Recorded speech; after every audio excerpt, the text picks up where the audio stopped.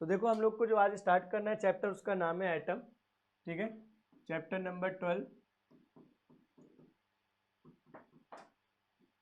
And this is atom.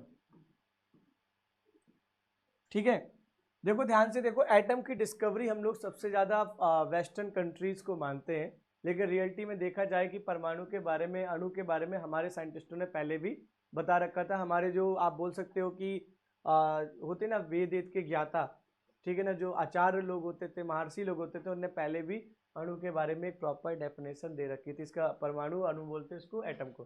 ठीक है, लेकिन हम लोगों को वेस्टर्न कल्चर से स्टडी कर रहे हैं, तो हमारे हिसाब से जो एटम को सबसे पहले जो परफेक्ट एक्सप्लेनेशन देती है, किसने दी थी हमें? डेल्टन ने। तो यहाँ पे हेडिंग डालो डेल्टन एटॉमिक थ्योरी, हेडिंग डालो Dalton atomic theory, Dalton atomic theory. ठीक है ना, तो देखो according to this theory, according to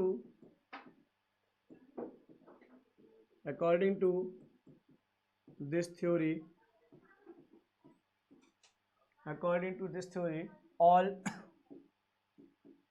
elements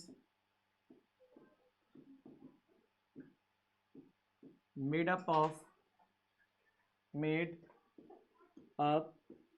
of smallest particle, ठीक है, क्या स्मॉलेस्ट इनविजिबल पार्टिकल कर लो, अकॉर्डिंग टू, ये क्या था, डेल्टन है ना, ये according to this theory all elements made up of smallest invisible particle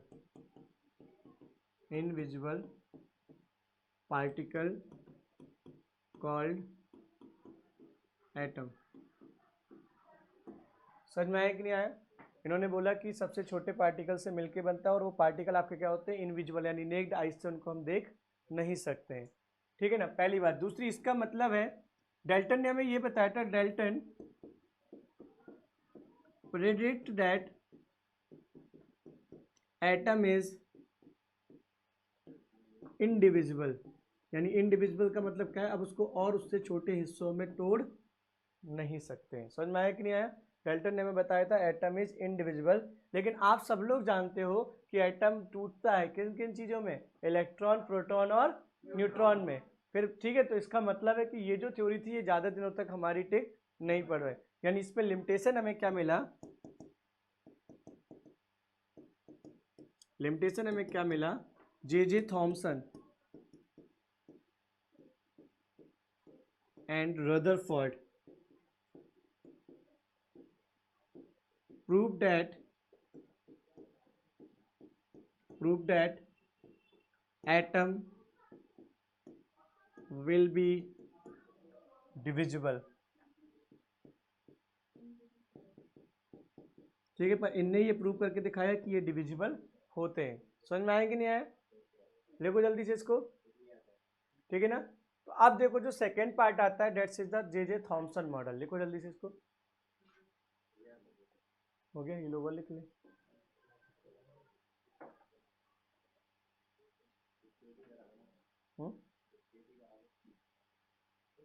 लिख गया कि नहीं लिख गया? लिखो जे थॉमसन मॉडल।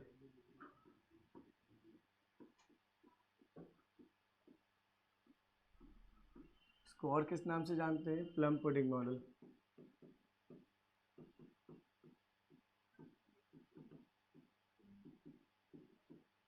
इसको और किस नाम से जानते हैं? Watermelon model.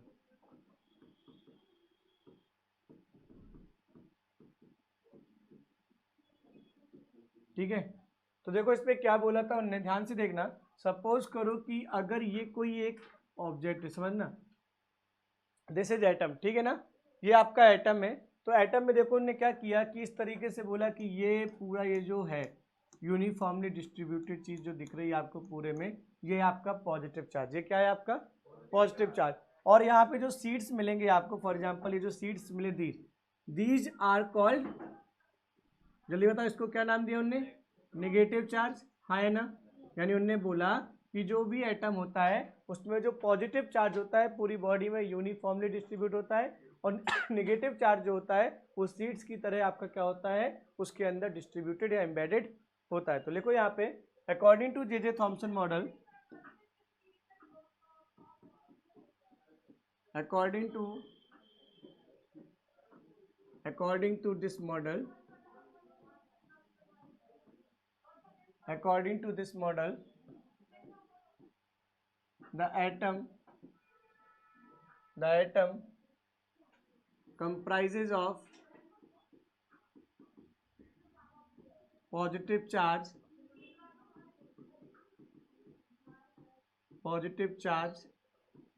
which is uniformly distributed, which is uniformly distributed through the atom and negatively charged seeds and negative charge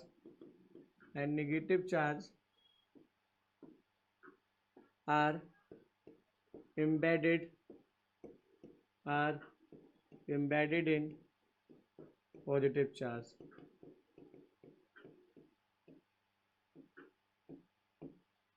समझ में आया कि नहीं आया? इस मॉडल के हिसाब से जो एटम था वो कंप्राइज था पॉजिटिव चार्ज से, लेकिन वो पॉजिटिव चार्ज के साथ पूरी तरीके से यूनिफॉर्मली डिस्ट्रीब्यूटेड था। यानी ये जो है ये this is the positive charge, और ये जो रेड कलर के डॉट्स हैं this is called the negative charge.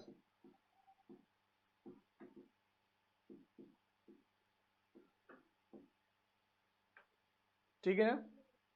तो देखो ध्यान से यहाँ पे ये this negative charge subatomic particle, this negative charge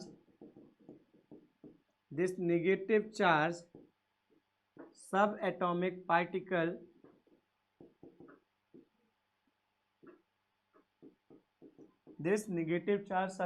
particle are called electrons। समझ में आया कि नहीं आया? ये जो निगेटिवली चार्ज सब एटॉमिक पार्टिकल्स थे इसको क्या नाम दिया गया? आपका इलेक्ट्रॉन्स का नाम दिया गया। लिखो जल्दी से इसे।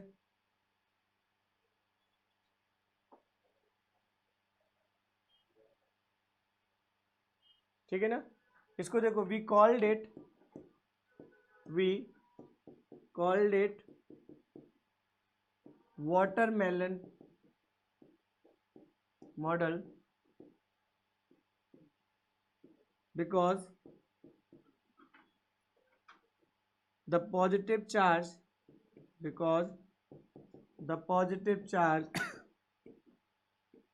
is compared with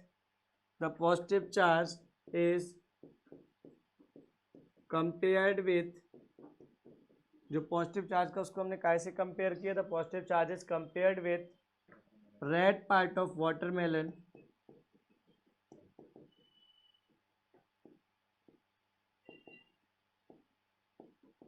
and seeds are like the electron। समझ में आया कि नहीं आया? like the electron। हाँ, बीज तुमने काले ही कहाँ से देखे? मैंने तो लिखे नहीं काले बीज। अच्छा अच्छा, मुझे लगा कहीं लिख दिया ब्लैक बीज। लिख गया? हो गया? हो गया ना? हेडिंग डालू limitations of J Thomson model. Limitation of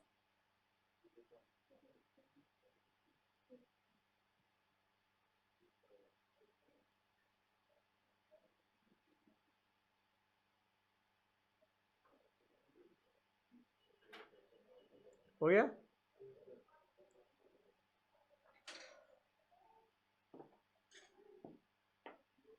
देखो, limitation of J Thomson model. ठीक है ना। सबसे पहले ये हाइड्रोजन स्पेक्ट्रा को एक्सप्लेन नहीं कर पा रहा था। It can not explain the hydrogen spectra. ठीक है ना। दूसरा, इट कैन नॉट जस्टिफाई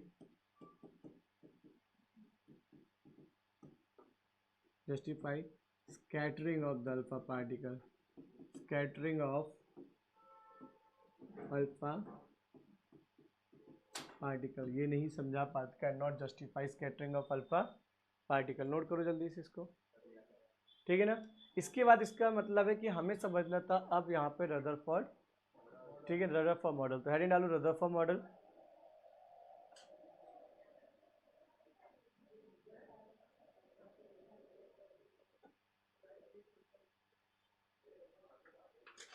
हो गया। चलो रदरफोर्ड मॉडल देखो जल्दी से।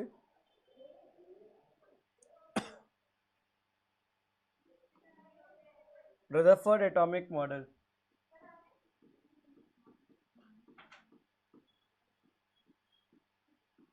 Rutherford atomic model.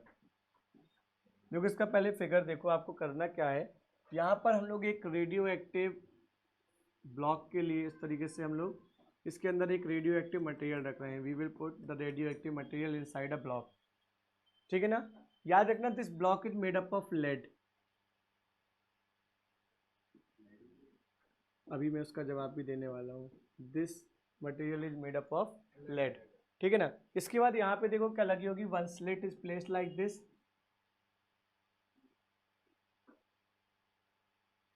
चल रहा है। यहाँ पे आपका क्या है, दिस प्लेट यहाँ पे जाएगा। यहाँ पे आपकी रखी होगी यहाँ पे क्या हो जाएगा आपका गोल्ड फॉइल। ये क्या है आपका, और ये होगी आपकी स्क्रीन। ये क्या है आपकी, जहाँ पे ये सारे रेडिएशन आके हमें मिलने वाले हैं। ठीक है ना। देखो अल्टीमेटली होगा क्या, यहाँ से आपको पता है मल्टी डायरेक्शन निकलने वाले हैं, पर पास कौन होगा, जो यहाँ से जा पा रहा है, हाँ या ना। और जब ये यहाँ पे टकरा रहे हैं तो हमें यहाँ पे इनको इस तरीके से इनकी इमेज आपको स्क्रीन पे मिल रही है। बात समझ में आई कि नहीं आई, लाइक दिस। ठीक है ना। क्वेश्चन आता है why we use the lead block. आप लोग को बता दूं लेड जो होता है वो बेस्ट एब्जॉर्बर होता है रेडियो एक्टिव रेडिएशन का। फॉर एग्जांपल अगर हमारा घर लेड से बना हुआ है और शहर में न्यूक्लियर बम खल जाता है, हमें कोई भी इम्पैक्ट उससे नहीं पड़ेगा। बस एक इम्पैक्ट हो सकता है कि बिल्डिंग गिर जाए, समझ में आ रहा।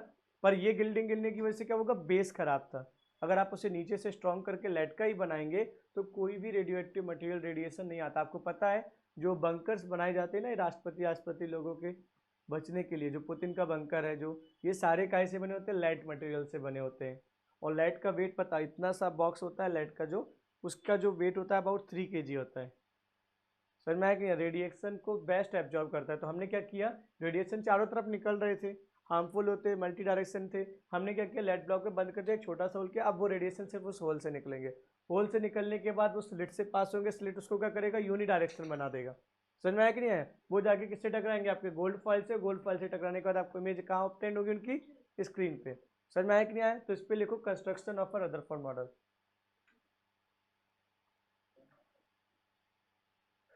लिखो जल्दी से construction of a Rutherford model. यहाँ पे लिख सकते late a radioactive material, let a radioactive material is placed inside a cubical lead block at which a small hole is opened. समझ में आया कि नहीं आया। हमने रेडियो एक्टिव मटेरियल को लेड ब्लॉक पे रखा, क्यूबिकल लेड ब्लॉक पे, और उसमें एक छोटा सा अपन ने होल कर दिया। ठीक है ना। The radiation will comes out, the radiation will comes out through the hole and passes through the slit and passes through the slit। ठीक है ना। रेडिएशन हमारा क्या हो जाएगा, उस होल से कम्स आउट होगा और कहाँ से पास होगा, स्लिट से। Slit convert these light rays या these radiation, slit converts these radiation into unidirection।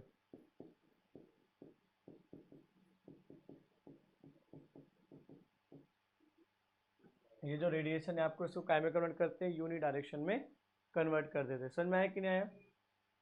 देखो जल्दी से आगे देखो, इसमें लिख लो जल्दी से।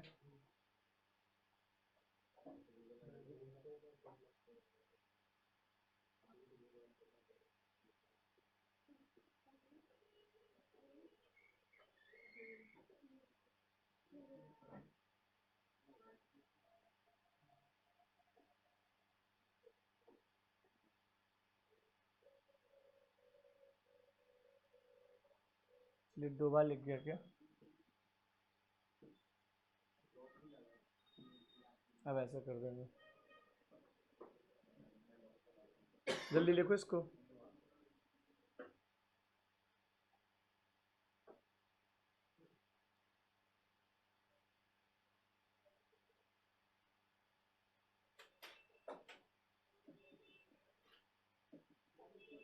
हो गया?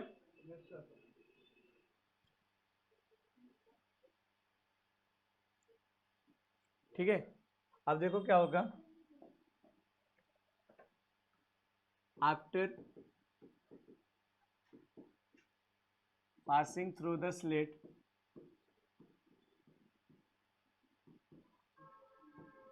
the beam of alpha particle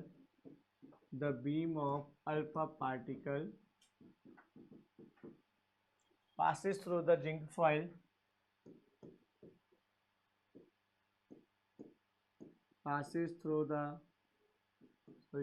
gold foil, passes through the gold foil and the synetations are observed on screen। Synetations are observed on screen। Synetation are observed on screen। समझ में आया कि नहीं आया? ठीक है, after passing through the slit जो beam है अल्फा पार्टिकल की, गोल्ड फाइल पे पहुंचेगी और उसके बाद हमें उससे सिनिटेशन कहाँ पर मिलेंगे, स्क्रीन पर मिलेंगे। सिनिटेशन मतलब समझते हो आप लोग, चमक टाइप का होता है ना, स्पार्क टाइप का, वो हमें कहाँ पर ऑब्टेंड होगा, स्क्रीन पे। समझ में आया कि नहीं आया? लिखो जल्दी से, हो गया ना।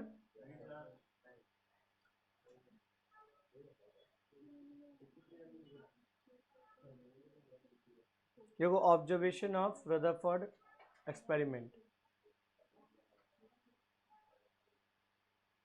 देखो जल्दी से, observation of Rutherford experiment.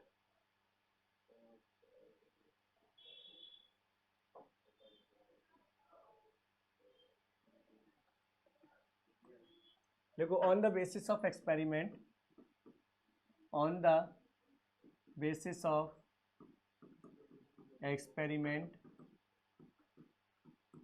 following observations are obtained। following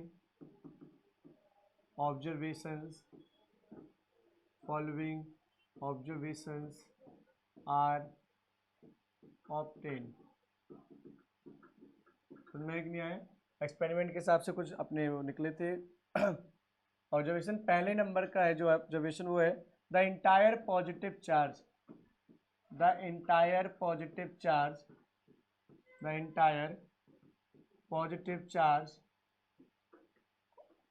and mass of an atom of size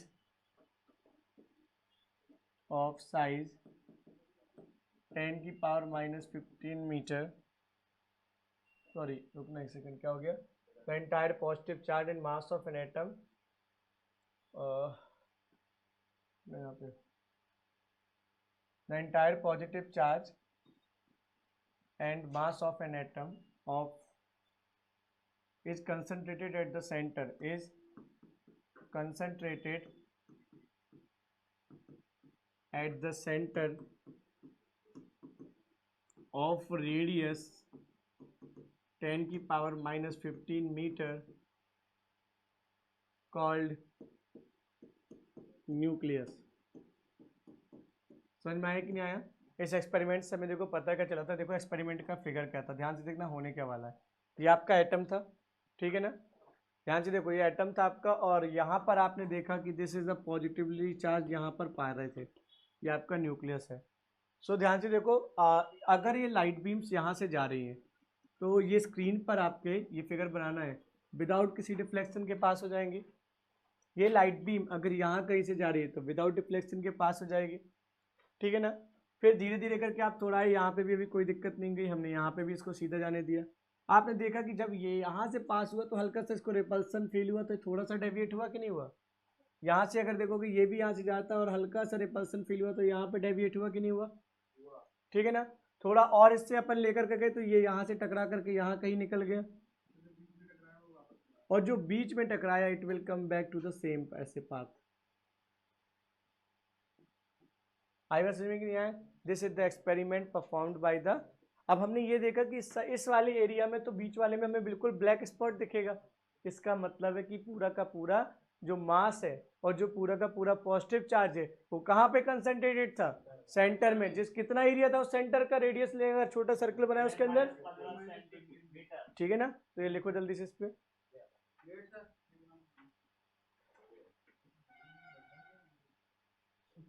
देखो जल्दी से,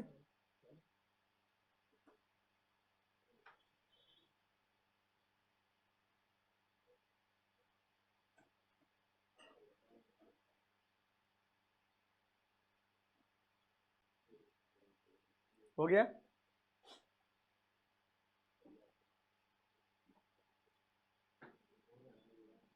हुआ ना। दूसरा देखो, जो निगेटिवली चार्ज हमारे इलेक्ट्रॉन्स थे, देखो दूसरा इसमें इसी के अंदर, the negatively charge electron, the negatively charge, the negatively charge electrons are revolving around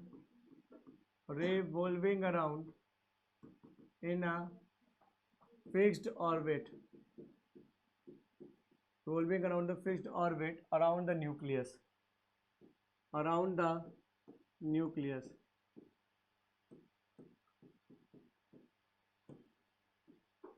समझ में आया कि नहीं आया? जो इलेक्ट्रॉन्स थे हमारे वो क्या थे, अगर यहाँ पे आप ध्यान से देखो, ये एटम था, ये न्यूक्लियस था, तो जो इलेक्ट्रॉन है हमारे वो एक फिक्स्ड ऑर्बिट पे क्या कर रहे हैं, इसके चारों तरफ क्या कर रहे हैं, रिवॉल्व कर रहे हैं। समझ में आया कि नहीं आया? देखो नंबर थर्ड आपका क्या हो जाएगा, द नंबर ऑफ या the total positive charge, the total positive charge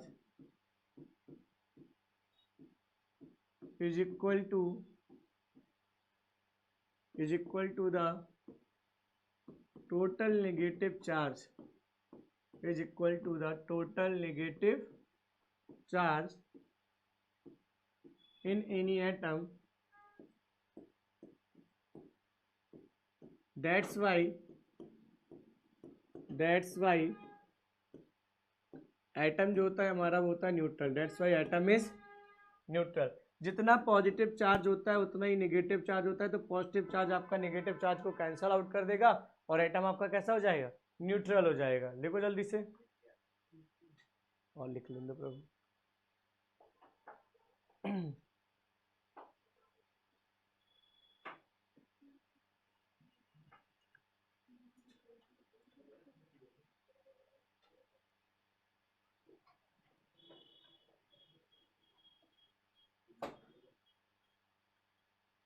हो गया,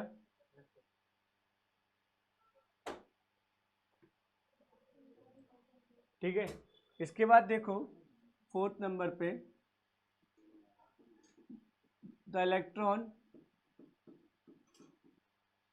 which revolve around the अच्छा, मैंने आपको एक बात बताया, धरती में कोई भी चीज अगर सर्कुलर पाथ में घूमती है तो उसे किस चीज की जरूरत होती है? सेंट्रीपिटल फोर्स की। किस चीज की?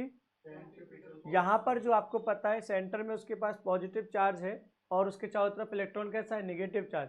आपको पता है जो सेंट्रीपिटल फोर्स होती है वो कोई यूनिक फोर्स नहीं होती है। जैसे फॉर एग्जांपल अगर हम एक रस्सी में पत्थर बांध के घुमाएं तो रस्सी में लगने वाली टेंशन हमारी सेंट्रीपिटल का काम कर लेगी, हाँ है ना? अगर हम अपने छोटे भाई को हाथ पकड़ के ऐसे घुमाएं तो हमारे हाथों से लगने वाला टेंशन उस पर काम आ जाएगा। समझ में आया कि नहीं आया?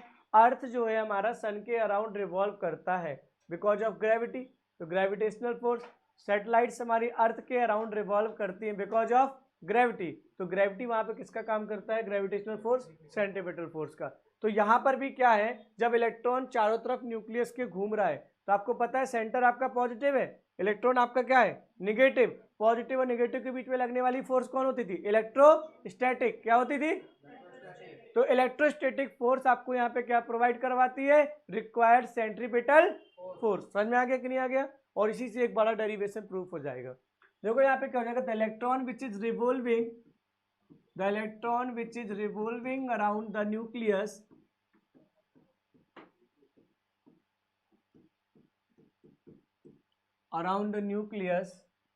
in a circular path,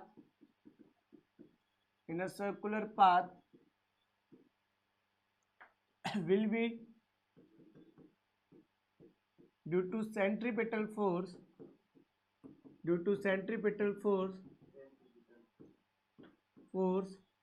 acquired by the electrostatic force acquired by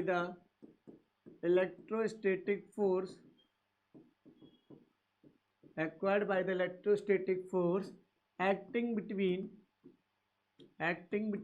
ध्यान से देखना, acting between the positive charge of nucleus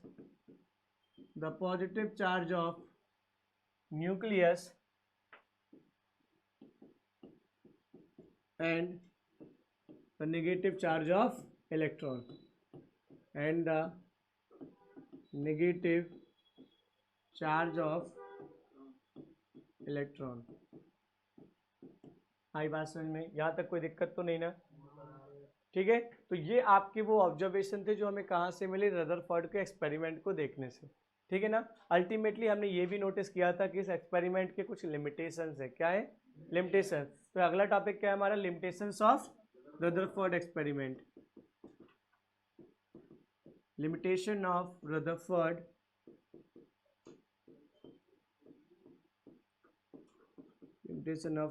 experiment.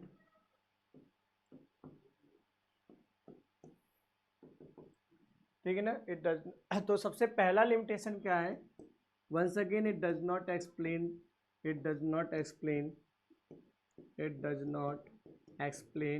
Hydrogen spectrum. ये भी क्या नहीं एक्सप्लेन कर पा रहा था? हाइड्रोजन के स्पेक्ट्रम को एक्सप्लेन नहीं कर पा रहा था। ठीक है ना? दूसरा, रदरफोर्ड एक्सपेरिमेंट आपको क्या बताता था? अनस्टेबिलिटी ऑफ एटम बताता था। क्या बताता था? Instability of atom. तो बोलना it predict about the unstable state of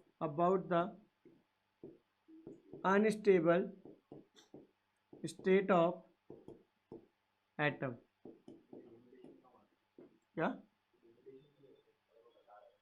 क्या अनस्टेबल स्टेट को बता रहा? मैं बता रहा हूँ ना वो अनस्टेबल स्टेट क्या है। यानी वो ये कहना चाहता है कि एटम अनस्टेबल होता है पर रियलिटी में तो एटम स्टेबल होता है, तो इसलिए लिमिटेशन हो गया। तो अभी इसको अपन एक्सप्लेन करेंगे। अकॉर्डिंग टू रदरफोर्ड, या फिर sorry, according to electromagnetic theory, if any particle moves, then it continuously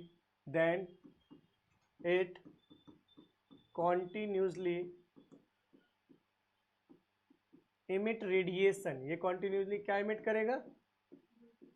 it continuously emit radiation। ठीक है ना? That's why electron continuously lose energy, electron continuously loss energy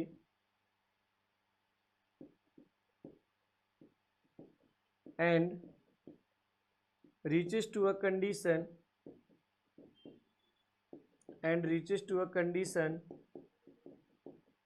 लिख गया when and reaches to a condition, इसको हटा दो ना, and reaches to a condition when it falls on the nucleus, when it falls on the nucleus which is not in reality। समझ में आया कि नहीं? जो उसने बताया था उस रियलिटी में तो होता नहीं है। एटम का जो इलेक्ट्रॉन है हमेशा रिवॉल्व करता रहता है। तो देखो इसने बोला क्या था, जब ये इस तरीके से, देखो यहाँ पे ये इलेक्ट्रॉन है, ये घूम रहा है, एनर्जी लूज किया और पास आ गया, एनर्जी लूज किया और पास आ गया, एनर्जी लूज किया और पास आ गया, और एक कंडीशन है कि इलेक्ट्रॉन क्या हुआ, न्यूक्लियस पे फॉल कर गया और ये अनस्टेबल हो गया। समझ में आया कि नहीं आया? तो ये रदरफोर्ड एक्सपेरिमेंट भी आपका कंप्लीट हुआ। लिखो जल्दी से इसको,